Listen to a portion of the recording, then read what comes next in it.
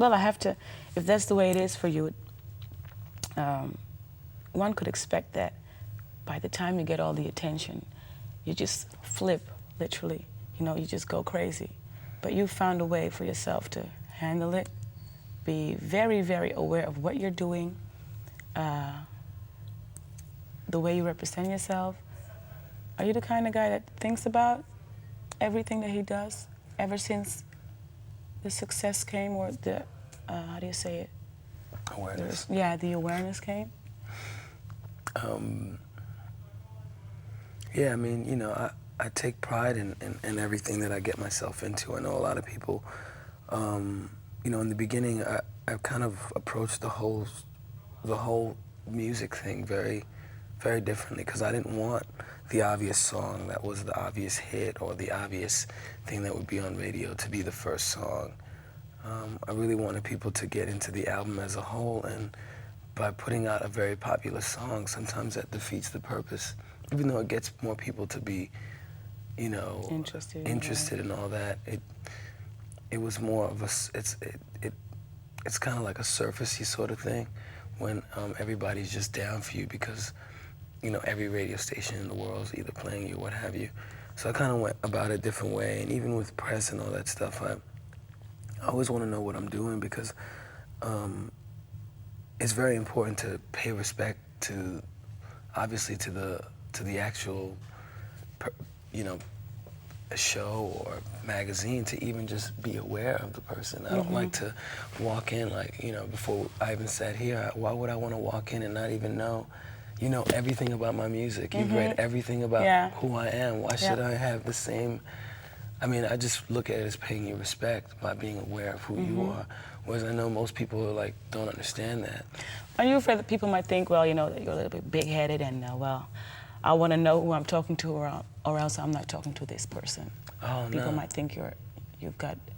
Maybe, you know what I mean? I can't worry about what people think, because, I mean, ultimately, I pay the ultimate price for my career. I mean, everyone is around to help do this and do that and help, I guess, create more awareness in respect to me, but I'm my own person, and it's very important that people flow within my energy, you know. And like obviously when I saw what you were doing, and you know, I know Lauren, I know the Fugees, you know, I mean, it's just good to hang with people that are gonna bring out the best in who you are. I mean, it's very difficult for me to speak anyway, because I'm always so nervous about, you know, maybe messing up or saying something really stupid. Can you ever mess up if you're just being yourself? Because it's the same for me. When I have to do an interview, I always go like, okay, am I going to ask the right questions, and what should I ask, and what can I say, and what can I say?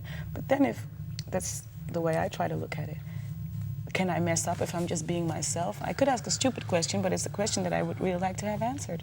No, you know what, you're right, but you're right about being, you know, you can't ever really mess up if you're just naturally being who you are. But I mean, my forte is to make music. It's not to really speak about myself. I mean, I don't think that I'm really that interesting, so it's really difficult I think a lot of people now are just watching and just listening to everything you're saying, because it's like I said to the Fugees, you know, you have an album out, you put yourself on the spot whether you like it or not. And the album brings out feelings, and everybody that listens to it, because this is really true what I'm about to say. As soon as I heard your album the first time, everybody I know, I had to tell them, you have to go and get this album. You have to go and get this album. And everybody I talked to had the same kind of, well, it just brought up emotions, the way you meant it to, I think. And then, you know, if you have a chance to talk to the artist, you want to know, like, am I getting the right message, or am I going with the right flow? Am I hearing it the way you want me to hear it? Well, thank you very much, by the way. It's true. Everything I said is true. Yeah, I mean, yeah. Isn't it like... Sometimes, you know what, I'll give you a reason why. Sometimes I believe in that to a certain degree, but to a certain extent I don't. And the reason why I always initially didn't really want to do everything in the world was because I didn't want to impose my view. You know what I mean? But you've already done that. You think so? as soon as the album's in the stores, and when I bought the album when I was over in America last summer, and as soon as I came at the airport, the first person I talked to, I didn't know, maybe it was somebody working at the custom service, I don't know. Did you hear the Maxwell album yet? You know, it's really true. No, but what I mean, and I see what you're saying, but what I mean is I want people to put their lives on this music. I want them to apply themselves and their experiences. Mm-hmm. You know, I think it's important. That's why I'm not even on the cover. That's why it's a real generic kind of energy. And the only reason why I made it generic was because I really wanted, you know, somebody in Utah or someone in Holland or someone anywhere in the world to put themselves in that situation, to put the woman that they wanted to put in the shoes on the cover, or to be the woman in the shoes on the cover. It was very important to me to give away the art to the person, and not, because it's like when you finish the music, it's free, it's something. And I think that the weight of any great piece of work is that you can apply yourself on it. You know, any great album that I listen to, I don't think about Barry White when I'm playing Barry White. You know what I mean? Yeah. I think about, you know. Yeah, okay, you tell me later. Yeah, I understand what you're saying. And that's kind of why I never wanted to explain it as much or get in the way of getting specific and detailed about my experience, because I feel like I've gone through the therapeutic process of what that album meant, and it's even become something more than just a female to me. It's become more, you know, my relationship with God and my belief system, you know. So I just wanted people to have that When you say therapeutic, luxury. does it mean you made the album for yourself? Yeah, initially, I think that everything I do from the day that I die will always be to heal myself, because I People think might think that's kind of like egocentric, or, you know, when you put it that way. I'm sure that's not the way. I know it's not the way you mean it, but people might misinterpret that when you say that. Well, I mean, I can't begin a record trying to imagine someone else's experience. You know what I mean? Yeah. I mean, it won't be real at all if I'm just thinking about what I think someone would go through if I haven't gone through it. I think that what makes something really real to someone is they can relate to the pain that the actual person has gone through. But where does it leave you by, let's say, if you wanted to do another album? In what respect? I'm sorry. This album, The Hang Suite, is like a personal experience. And it's something that you went through. Every word it's on the album is something that you went through and you felt and you thought. If you wanted to do another album, I mean, is it necessary to, just like I already asked, to have pain or to go through love sickness or inner war or whatever, in order to be able to keep on creating? If you're happy, would you be able to make music if you had been happy all your life and you had a nice and easygoing childhood and everything was going for you, had the perfect wife, the perfect baby? Would you be able to make music? I probably would, but I don't think it would be. I don't think it would have what it has. And I don't know what that is, if that's good or not. That's for you out there to decide, but I just don't think it would. I don't know, I mean, that's not, I can't even go there, because I mean, that's not what my life is. So I could only work on thinking about what it really is to be who I am, and trying to see, because it's like with music, like what music did to me is it gave me control in some strange, weird way, because like if I had a fight with my girlfriend or something, I could write a song about it, and play it and play it and play it, or stop it. I could fast forward through the emotion, I could rewind back, I could manipulate what I was going through.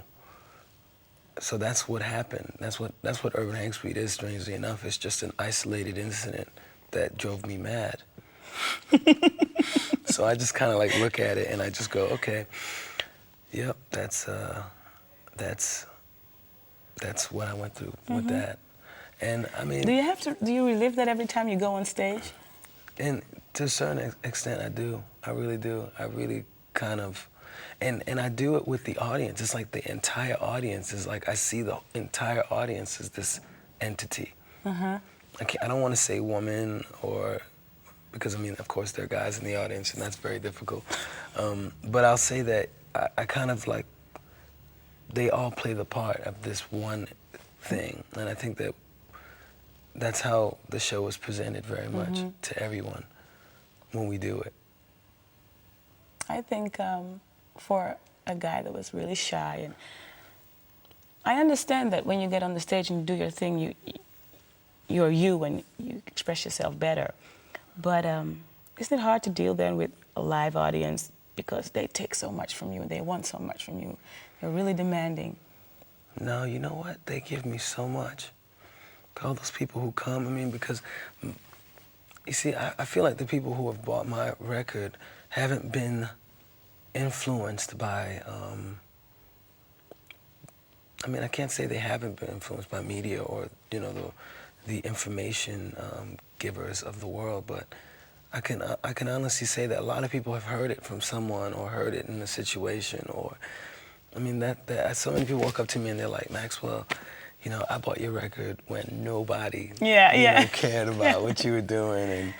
And so there's such a great connection because so many people feel like I'm this major underdog. Like I'll walk down the street, right? And I'll be on one block and somebody will walk up to me and go, oh, you know, man, look, I love your record. It's gonna pick up. Trust me, you know, they have no real idea that. But it's really funny that I find it so endearing that people think that I'm that hard up and that no one knows. That they, like everyone thinks they're the only one. That you're really urban in the way that, in the real, how do you say it? The real meaning of the word. Yeah, that it's really their little secret. And that's what's so absolutely wonderful. And that's why I'm so happy I listened to God when I heard that I should put out something very unobvious. Because if I had put out Ascension or if I had just put out Sumthin Sumthin, it would have gone into this you know, this everybody knows it energy. So I'm really pleased about that. Well, I'm sure we could just sit here and talk for hours or maybe for days, but could we? Yeah. We'll just tell everybody to go home. We're just all right, bye-bye. Sit here and go on. And they don't have to know everything we talk about, right? No. Yeah, I feel the same. Well, anyway, time's up, though. I want to thank you very much for coming over here. Thank you for having this me. conversation. And, well, I just hope that anytime you're in the neighborhood, you just come see me. I will. Yeah? Yeah. Okay, thank you. Thank you. Oh, my God. Kiss my hand. Take care, bye-bye. Bye-bye.